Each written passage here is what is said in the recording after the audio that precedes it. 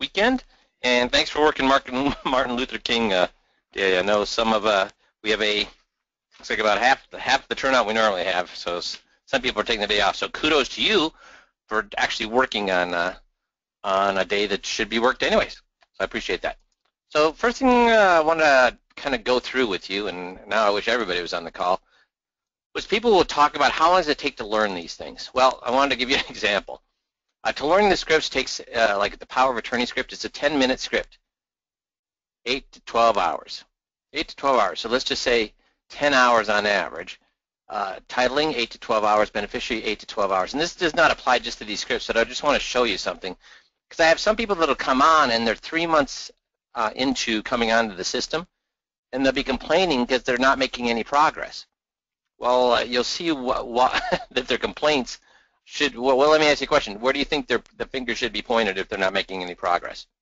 Let me see some answers on that. Yeah, at themselves, Brad, exactly. Because here's the thing. When I asked those guys how many hours that they're spending on it, this one example was a guy was spending 2 hours a day. So here's how long it would take to learn these 3 scripts, 24 to 36 hours. So if you did 2 hours a day, it would take 3 weeks, 15 days, 5 days a week. If God forbid, if they're only working on 2 hours a day, they sure in heck don't work it on the weekends. So that would take 3 weeks. If you worked at 6 hours a day, it would take 5 days or 1 working week. If you work 12 hours a day, it would take a half a week. So if you want, in fact, when we say 2 hours a day, do you think it would take 3 weeks or even longer than 3 weeks?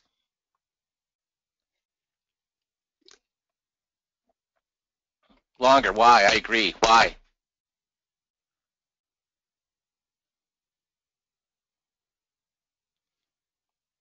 That's right. They forget. They take 1 step forward or 2 steps forward, 1 step back, 2 steps forward, 1 step back.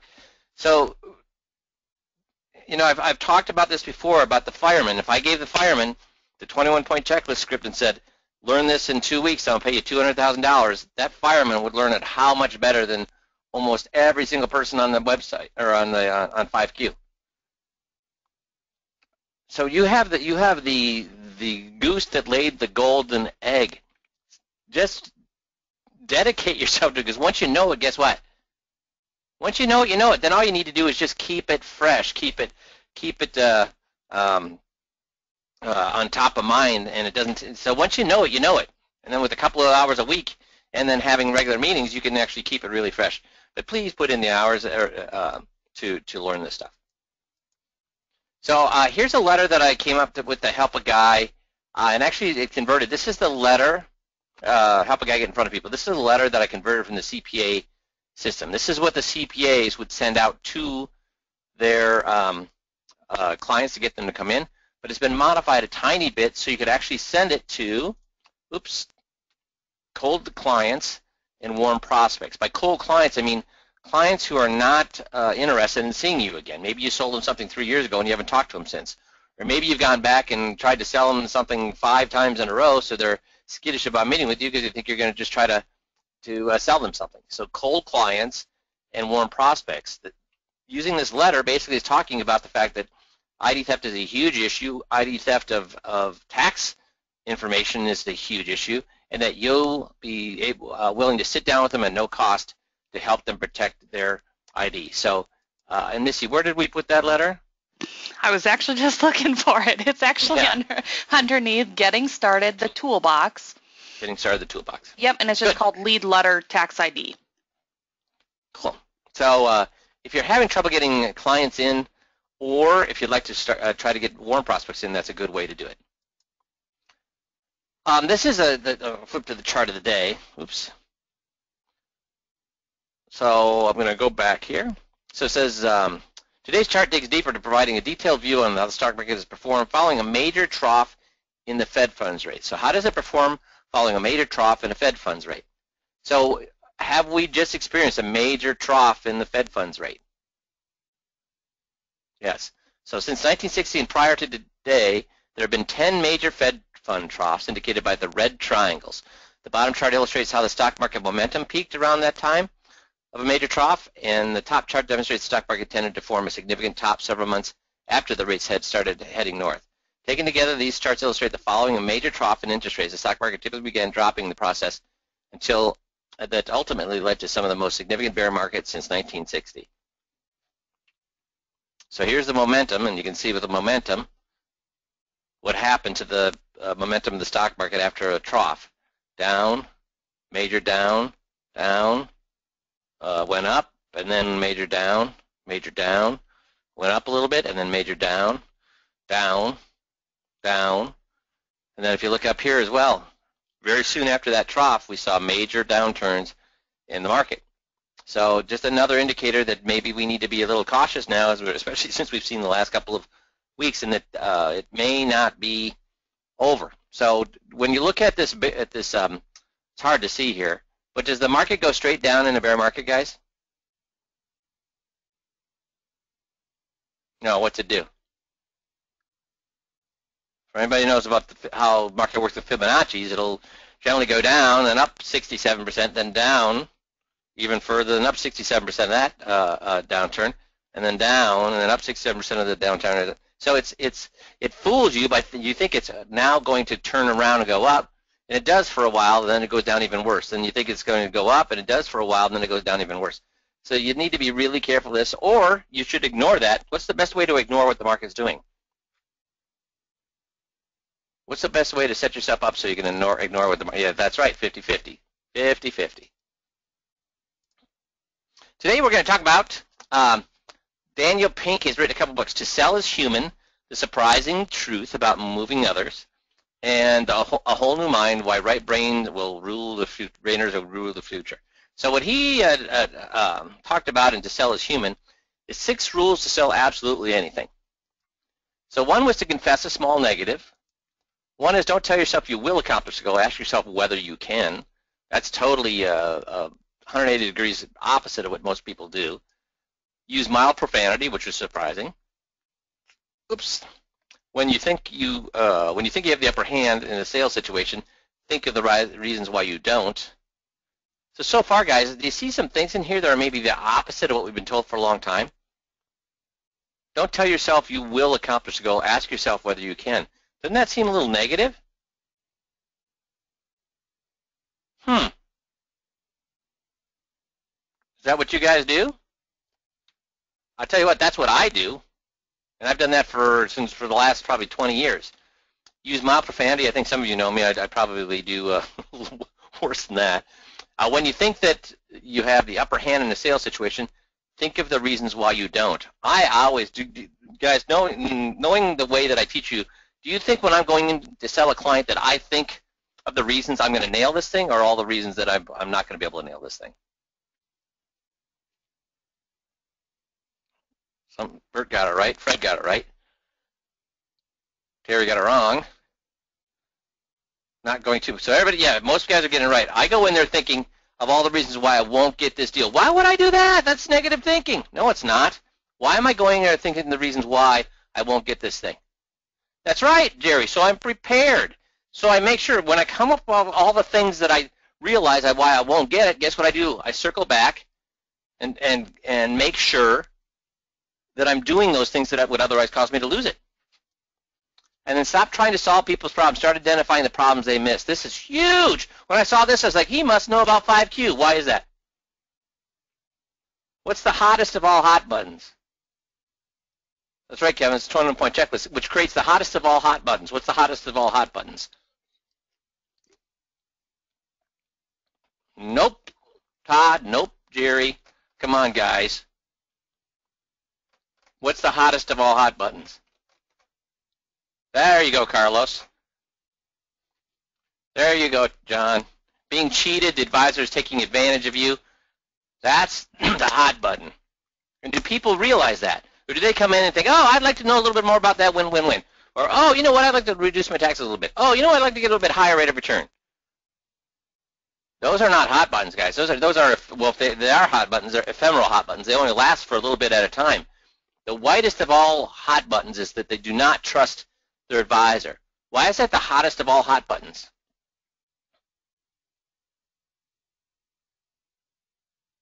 See, how long are they concerned about paying too much in taxes? How long are they concerned about the win-win-win. I mean, how long does that stay in their heads? Moments, exactly, moments. But once their trust is dissolved with, as Terry says, the trust is dissolved with their advisor, when does that go away? Or is that a little worm in their brain that would just keep drilling in further and further and further? So that's why when I saw this, I was like, oh, that's exactly what we do. The last one is stretch potential at least as much as accomplishments, and we'll talk about that as well. So let's talk about them individually. Nothing is perfect. Nothing is perfect. So the Journal of Consumer Research found that people are more likely to buy something if they are told there is a minor problem with it. Where does 5Q leverage this? Where does 5Q leverage this? Think about Jerry and your work with Jerry. Not disclosure as much. I mean, I'm sure we do some, but not disclosure as much, because they're not buying anything from us at the disclosure. Well, what do you mean by that, Fred? Because you're getting close. What do you mean by that? That's right, Brad. The presentations, the selling presentations. Do we emphasize the good or the bad with our presentations? The bad. That's right. And we say, can you live with all these? Can you live with the fact that the return isn't going to be that good? Can you return with the liquidity problems? Can you live? Can you live with the liquidity problems? Can you live with the fact that is this the right time to do it? Can you live with the fees that are entailed? Can you live with all those things? And they tell us over and over and over, yeah. And they also tell us that those bad things, well, they're less bad than what I have right now. So we emphasize, and I always let people know that our investments are perfect or have problems with them. That they have problems. But they find out that they have less problems than what they're currently doing. So yes, our investments have problems, but they find out that, oh, but our investments have less, but what he's recommending has less problems than, yeah, the lesser of two evils. That's right, Fred, the lesser of two evils. What we are selling has way less problems than what they currently have. So the second rule he was talking about is, should we say, can I do this, or I can do this? Which one should we say? Can I do this, or I can do this? Very good. Can I do this? But forever, we've been told what? By our kindergarten teacher and by all the other sales coaches, they say what? I can do this. I can do this. You know, if you tell yourself 100 times, I can do this, it's going to happen. No, what they found out is it does not work that way. Why does asking yourself, can I do this? Why does that work better than I can do this? Why does can I do this work better than I can do this? Looking for answers, yes. Makes you work harder, I would agree with that. Possibly motivation, yeah. I would say prepares you, exactly. Focuses, yeah. So what it's going to make me do is it's going to make me evaluate, can I do this? And if I find that there's reasons why I cannot do this, that's why I use this. I use it for this reason. When I say, can I do this, I'm looking for the reasons why I think I can't do this. And when I find those reasons why I can't do this thing that I'm attempting, does that mean I give up? No, what's it mean? I fix them. I fix them. So when I'm going into a meeting and with somebody, and they've told me they don't like their guy, he's retired, and they've put him with a brand new person, and the company, and they really don't like this brand new person. Am I thinking I can do this because they have this new person that they don't care about? No, I think, you know what? They may be just telling me what I want to hear. Or do I go in there and how much do I know about their current investments when I go in there, and how to deal with them, how to have them walk through why they don't like their current investments? A little or a lot? Do you think, you know, in the years that I went from 50 to making 350 to making 67 to making 950, do you think I ever went into a meeting unprepared?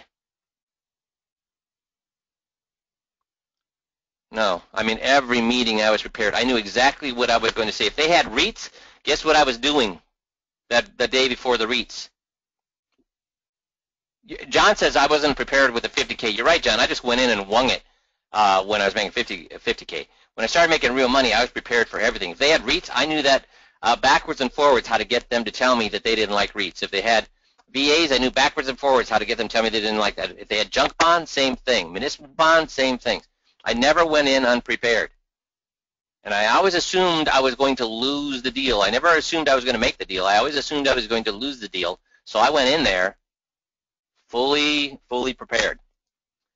Here's what the Journal of Psychological Science found. It said, rather than make positive statements to yourself about your abilities, ask yourself to consider your abilities.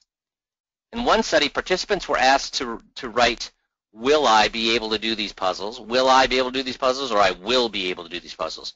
Well, they found out when you said, will I be able to do these puzzles? They were 20 times, when they were asked to write that down 20 times, will I be able to do these puzzles? They solved twice as many puzzles as those that wrote down, I will be able to solve these puzzles. So they solved twice as many by questioning whether they could do it or not. So always question yourself. And Jeff, could you get on a second? Sure, I'm here. Yeah, so when you hear somebody that says, Jeff, I'm going to get this deal because the markets are down, or they're in lousy investments, or they told me they don't like their advisor, I'm going to get this deal, what are you thinking? Yeah, that they're probably not. Because those are things people tell you. Well,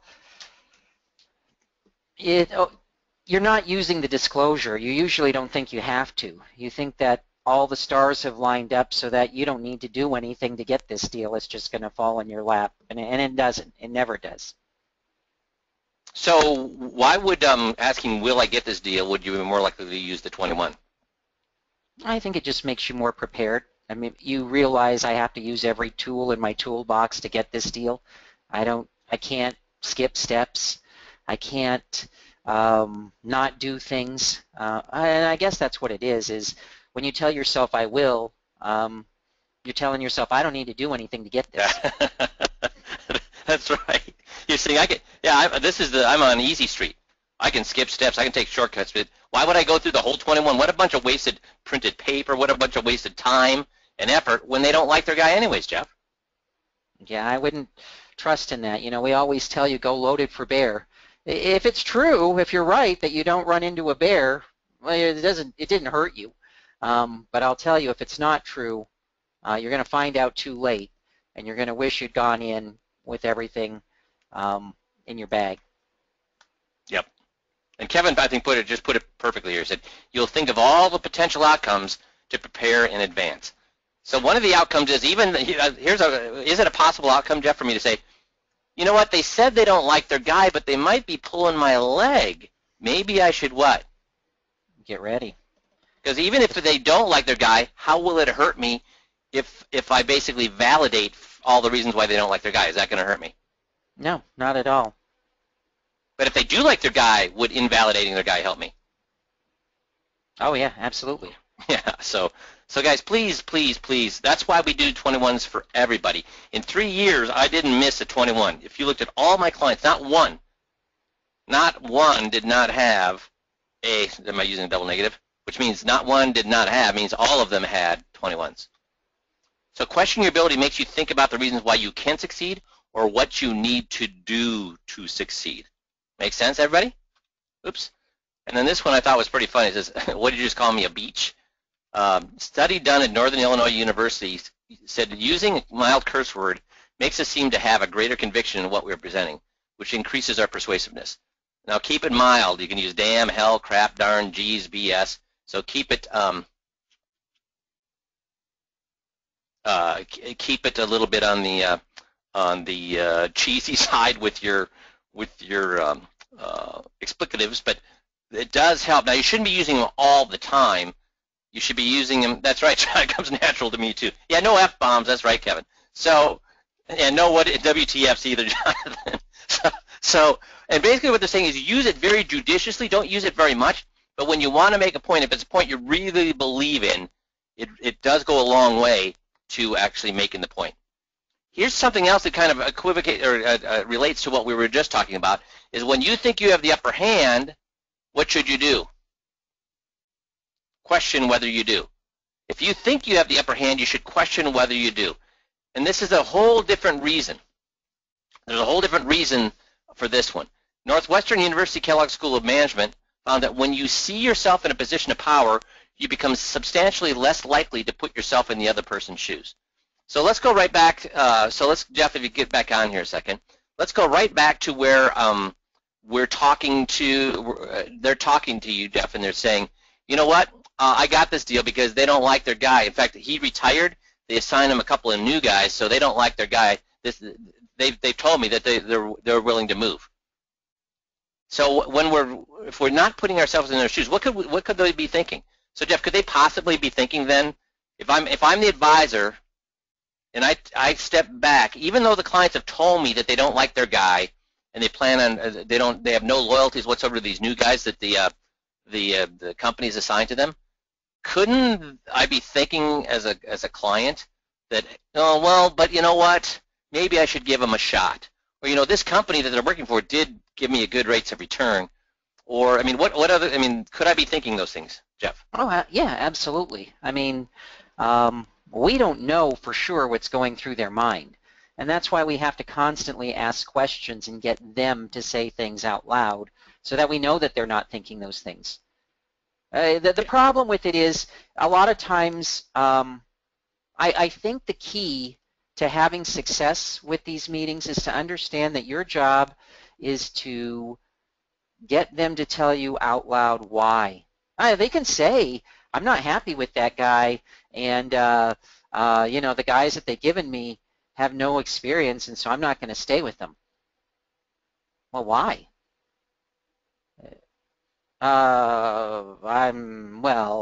If they would hesitate to tell you why, or really give you the real, I wouldn't trust it. I mean, and you bring up a point, Jeff. What's the best way to get into somebody else's shoes? Ask questions. Ask questions. Get on their side and ask questions. I mean, you don't really. I guess, why wouldn't they stay with them? I think what you would find out is, if we were having a frank conversation, they'd say, well, I'm just not sure, that they're any good. But I guess you're right. I'm not sure that they're not. I want to give them a shot. Yeah, maybe I should give them a shot. And that's not what they tell you up front, do they? They tell you that after they sucked all the information out of you at the end. Right. And so why, Jeff, did they not tell you that up front? Sometimes there's a couple reasons. I think one is sometimes it's a professional consumer. They know you're not going to tell them anything unless they tell you what you want to hear. That's one reason. They know that they're good at the game. They know they have to tell you certain things. If I go look at if someone sees me shopping at a store in the mall and they come up to me and say, you looking to buy a suit? Well, even if I'm killing time, if I don't want him to kick me out or make me ashamed of wasting it, I'm going to say, oh yeah, looking. I know that's part of the game. If I want information, I'm going to have to tell them I have some interest. That's one reason. I think the other reason too sometimes is, I think on some level they do believe that. I don't think they're trying to trick you. But remember, you're going to ask them to do a hard thing, a complicated thing, and they just haven't thought it all the way through that, hey, push is going to come to shove, and I don't, when that thing happens, we do change. I go looking at houses all the time. And I tell people, yeah, we're kind of looking. We're, and you know what? On some level, we kind of are. But hey, it's a whole different deal when you have to get a loan pre-approved, or when you have to start packing boxes. It makes you think hard. Do we really want to do this? And you guys have probably seen it over and over and over in your professional lives, where people get all the way to the point of pulling the trigger. You're going to show them how to save $7,000 in taxes, or you're going to do, but they get all the way to pulling the trigger, but at the end, it's really, really hard to pull the trigger. So you need to put yourselves in other people's shoes and realize that no matter how much we're offering to them, it's hard for them to pull the trigger. Now, the one thing, what does the 21 do with that trigger, though? What does the 21 do with that trigger? See, if all we're doing is the beauty pageant mentality and showing them how we can do better, we can get them a higher rate of return, We can lower their taxes. When a push comes to shove, it's still hard to pull that trigger. Why is it not hard to pull the trigger with the 21? If you do the 21 right, why is it that they don't even think twice about pulling the trigger? In fact, they can't help but pull the trigger because they are what? They are mad. They are disgusted. They want to get away from that guy. That's why we do the 21 on everybody. And that's why we try to get good at the 21, because the 21 will work even if you're not having them establish motive. But when you get good at having them establish motive, guess what? They move. So instead of thinking you have the upper hand, that you have the better investments, or the market has just gotten crushed, that's another one you hear. Well, the market has just gotten crushed, so it's going to be easy to move these people. No, because those people, the market's getting crushed, will tell you, oh, but I'm going to wait till it gets back before I move the money. They'll come up with all sorts of reasons. So don't ever think the wind is at your sails. Don't ever think you have an upper hand. You have to assume that you do not have the upper hand and figure out, how do I make sure I get the upper hand? And this, as Jeff was just saying here a few minutes ago, go in loaded for bear, not squirrel. If I go in loaded for bear thinking they are not going to want to work with me, that right now they're thinking they don't want to work with me whatsoever, I'll go in and I would present the 21 as if they don't want to work with me, and that's going to get them to want to work with me. Make sense, everybody?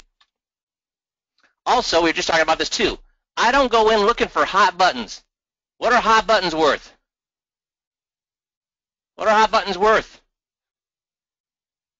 You guys are awesome. Thanks, Tony, Bert, Fred. Thank you. Jerry, thanks. Because here's the thing.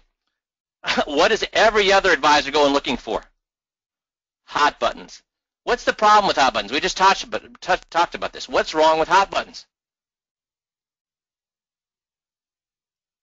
They're ephemeral, which means what? Short-lived, right, Jonathan? How long do they worry about paying too much in taxes, guys? Yeah, they don't sting very long, right, Carlos? 30 seconds. Yeah, 30 seconds. If they pay quarterly estimates, they're worried about it 30 seconds 4 times a year. How long are they worried about safety? Only when they get their statements. Or only when they hear it on the news. And then how long does that last? So we don't want a hot button. So we don't want to solve their problems. What's the problem with solving their problems? What's the problem with solving their problems? Because that's what all the other advisors are trying to do. They're going in there trying to find out what the client thinks their problems are, and then they solve it. What's wrong with that? They take it back to their guy, yeah. Anybody can do it, yes. What else? The current guy. I would say that is a problem. You guys are saying the current guy do it. Here's what I see as the problem. Their problems are how big. The people we want to work with, how big are their problems? In their minds. Not very big. So if I go in, I think I have this huge problem because I got this unsightly mole on my face or unsightly wart on my face. That's a big problem to me. That's a huge problem. Every time somebody looks at me, I think they're just looking at that wart. That's a bad problem to me, isn't it? Well, in reality, I go into the skin doctor, and he said, well, yeah, we'll take care of that, but holy crap, did you know you have skin cancer? There's a huge chunk of skin cancer under your hair? Now what? How much am I worried about my wart? What does that make my wart problem look like? Big or small? Like nothing. So I'm not looking at their hot buttons. I'm not looking to solve the problems they have. I'm going to help them identify a much bigger problem they did not know they had, which is what? They can't trust their guy. And I was again, when I was reading this book, I was like, holy cow, this guy's got us. I mean, he's validating everything we do. Every other advisor is out looking for hot buttons. Every other advisor is out trying to help people with the things they think the client wants. We don't. We create the hottest of hot buttons, a white hot button that they can live with for how long? How can they live with it? If you do a good job on the 21, how long can they live with staying with their advisor? They can't, right, Jonathan? So do you please, I want everybody to tell me they can't live with their advisor. I want everybody to tell me that, because here's the thing. If everybody tells me that, how many hours a day should you be spending learning the 21? 2 hours a day or 12 hours a day? It is an ATM machine, guys. It's an ATM machine. That's where, Jeff and I used to have a lot thicker head of hair than I have right now, because I pull out hair every single day wondering, why aren't people just mastering this? So we got some guys that are getting close, but I tell you what, 10 years ago, we had virtually everybody had mastered, all 21. Virtually every guy in our system had mastered all 21. And slowly over time, that's gotten to be less and less. And I don't know why that's the case. And again, we only require you to learn 3 of them now. But if you if you knew you could use all 21 and virtually turn every single person with money into a new client for all their money, I don't understand why you wouldn't spend 12 hours a day learning that, guys. So ask yourself that. The last thing that he talked about was accomplishment versus potential. And we do this subtly. It's not a huge issue. How much time do we spend telling clients that we have CFPs and we're like chartered financial analysts and we're chartered financial consultants? And how much time do we spend talking about that? None. So, and he validates this. Talking about how great you are works not. Instead, you should talk about the potential you have for the person you're working with, the potential that you represent to them. Instead of talking about all your past accomplishments, they don't care about your past accomplishments. What they want to know is, what do you provide to me as potential in the future? So again, it comes down to, it's not about you, it's about your client. So Stanford, Harvard University found people are less interested in your accomplishments than they are about your potential and how you can help them. If asked about your accomplishments during a job interview, they found instead of going on and on about your accomplishments, instead leverage it into a conversation about your potential to that company or to that person. Make sense? So now we'll switch gears from how to sell. I just want to talk about a few things. Those who don't study history are doomed to repeat it. Yet those who do study history are doomed to stand by helplessly while everyone else repeats it. So what do you think this, if we're talking about the stock market, how does this affect us? Let's see if we got somebody. So those who don't study history are doomed to repeat it. Those who do study history are doomed to stand by helplessly while everyone else repeats it. What does that mean to somebody who's so let's say you do study the stock market and history of the stock market, so you're really smart.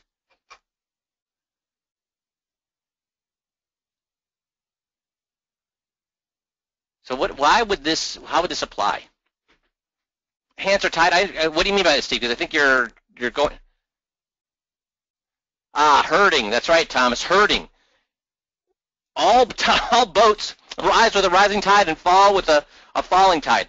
So I don't care how smart you are, you're going to be affected by the herd. That herd is going to drag you right over the cliff as well. So if everyone is selling off, you can still get screwed, right, Tony? So I thought this was an awesome graph. So it showed, this is actually talking about 2008. So we've got the bubble. So let's ignore that, but let's talk about perceived risk versus real risk. So perceived risk is dark blue, real risk is red. So when the market has gotten crushed and is down 50%, what had happened to the risk, the real risk? And so when the market had fallen 50%, what had happened to the real risk?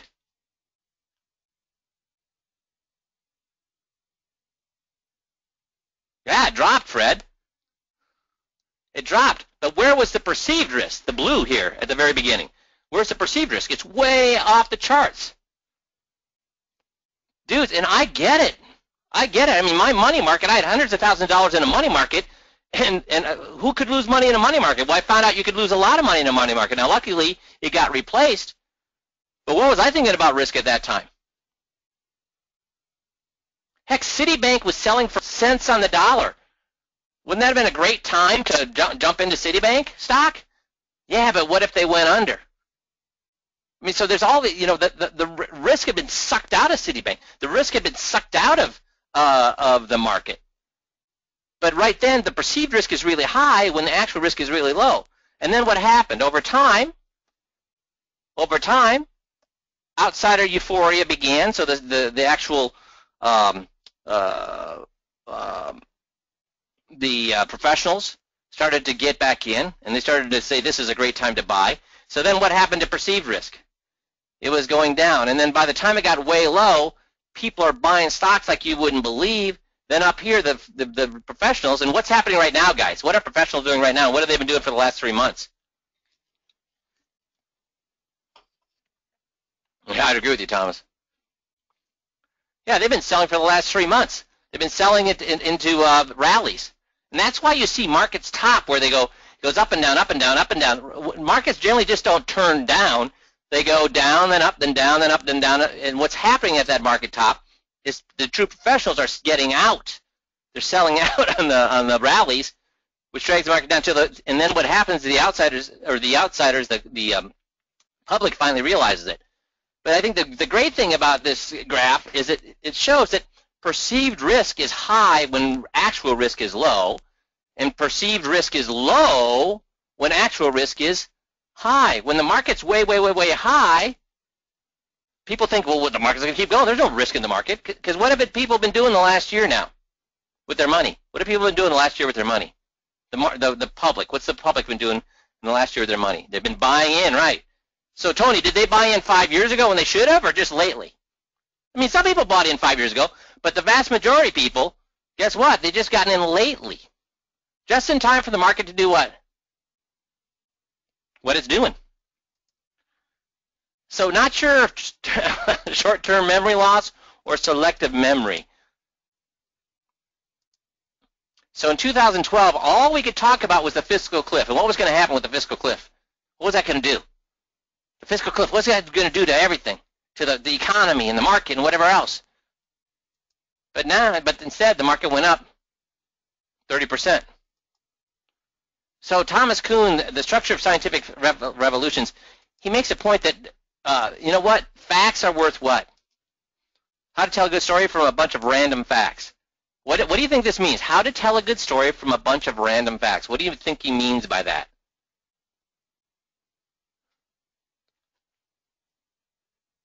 What do you think he means by that?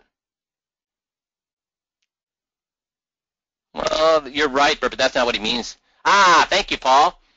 That facts can be used to say anything. That's what he's saying. Right, Chris. You can you can make up any story you want with facts. And of course, I go for all my philosophical bent, I go to Matt Groening. He says, facts are meaningless. You could use facts to prove anything that's even remotely true. That's right, Tom. The facts can be used to support any position. And if I do that, guess what? So what's this guy? What's the guy in the upper right-hand corner see or think this is compared to the guy in the lower left-hand corner? So facts you can't look at just facts. You need to step back and see the context of which they're in. Now, unfortunately, I bring that up because we live in an era we need to be aware of this.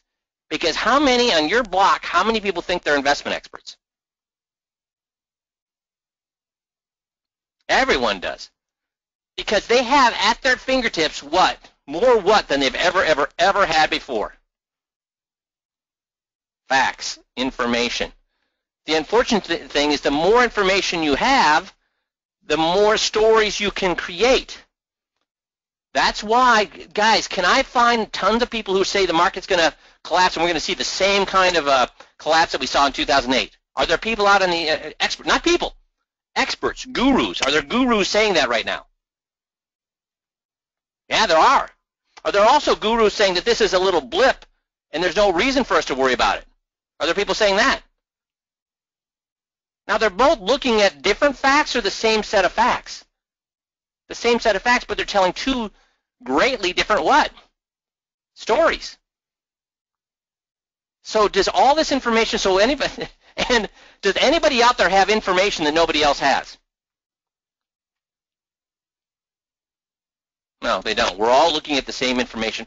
We're all making interpretation of that.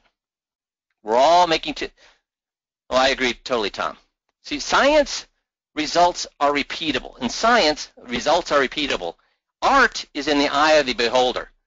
So I tell you straight out that investing is more of a science or more of an art? It's an art. Because all those facts, it depends of the eye of the beholder. Some of those facts say that we're on our way to a 2008 debacle again.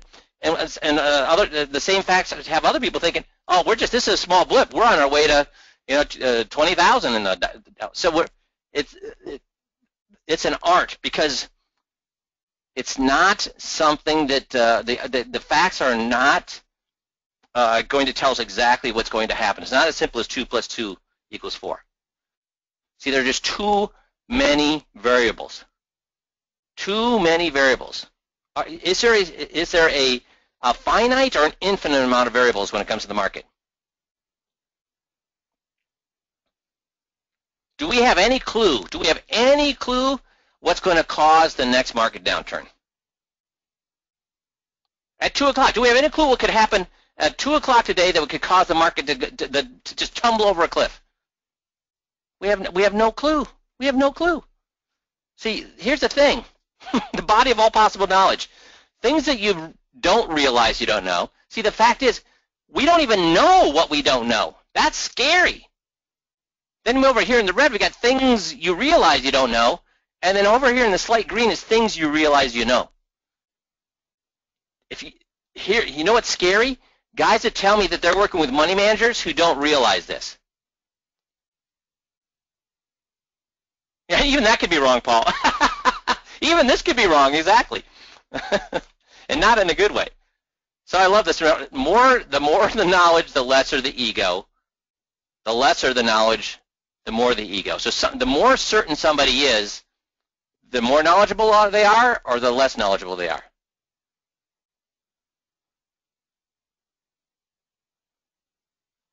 Yeah, the more knowledgeable you are, the less you know. You admit that you know less.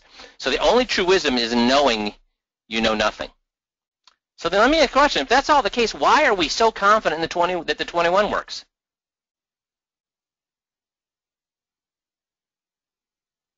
History, yep, because it was designed by clients and we've done it successfully 50,000 plus, or probably closer to 70,000 at this point, successfully that many times.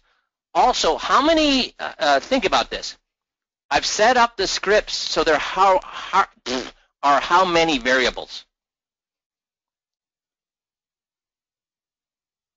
That's right, Fred, very, very few. Almost none, because they're leading questions. So when I ask a question, how many different ways can that be answered? Very few. Really, it's only one way, exactly.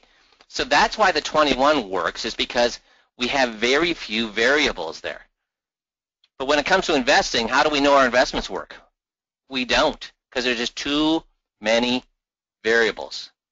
Too many variables. So do you ever hear me telling you, this is how you should invest black and white? No. 50-50 is not black and white. 50-50 is about, I don't know which way to invest. So if I don't know which way to invest, guess what I'm going to do? If you watch the downside, the upside takes care of itself. That's right. 50-50. If I do not know what to do, I'm going 50-50. That's why we do what we do. When it comes to the 21, do I tell you exactly what to do? I know what to do. Say this, and this will happen. Yeah, I do that with the 21. But when it comes to investing, I don't know what to do. So that's why I say, you know what? Let's do half of this and half of that. Let's stay in the market with half, and let's guarantee half. Make sense? Yeah, Tom, you're right. The number one rule of investing is to avoid losses, or at least minimize them. So good. So today was a lot of theory and a lot of validation for what we do. Was it helpful? Hopefully. So I don't think we learned a lot today, except what it did is validate what we do. Do you see what we're doing is on the cutting edge of science? What we're doing is on the cutting edge of communicating. What we're doing is absolutely the right way to do it. And you have an advantage over all your competitors, because how many of your competitors are using this communication technology the way that we do? None. So that's why, guys, get excited. Get involved. Get excited. Learn this stuff. And you'll have an unbelievable 2016. We're 1 month into it, less than 1 month into it. So you have a chance right now to make 2016 the best year you've ever had. Make sense? Well, thanks for being on this holiday day, and I mean, it says a lot to me about how you view your business, and we will talk to you all on Friday. Thanks, everybody.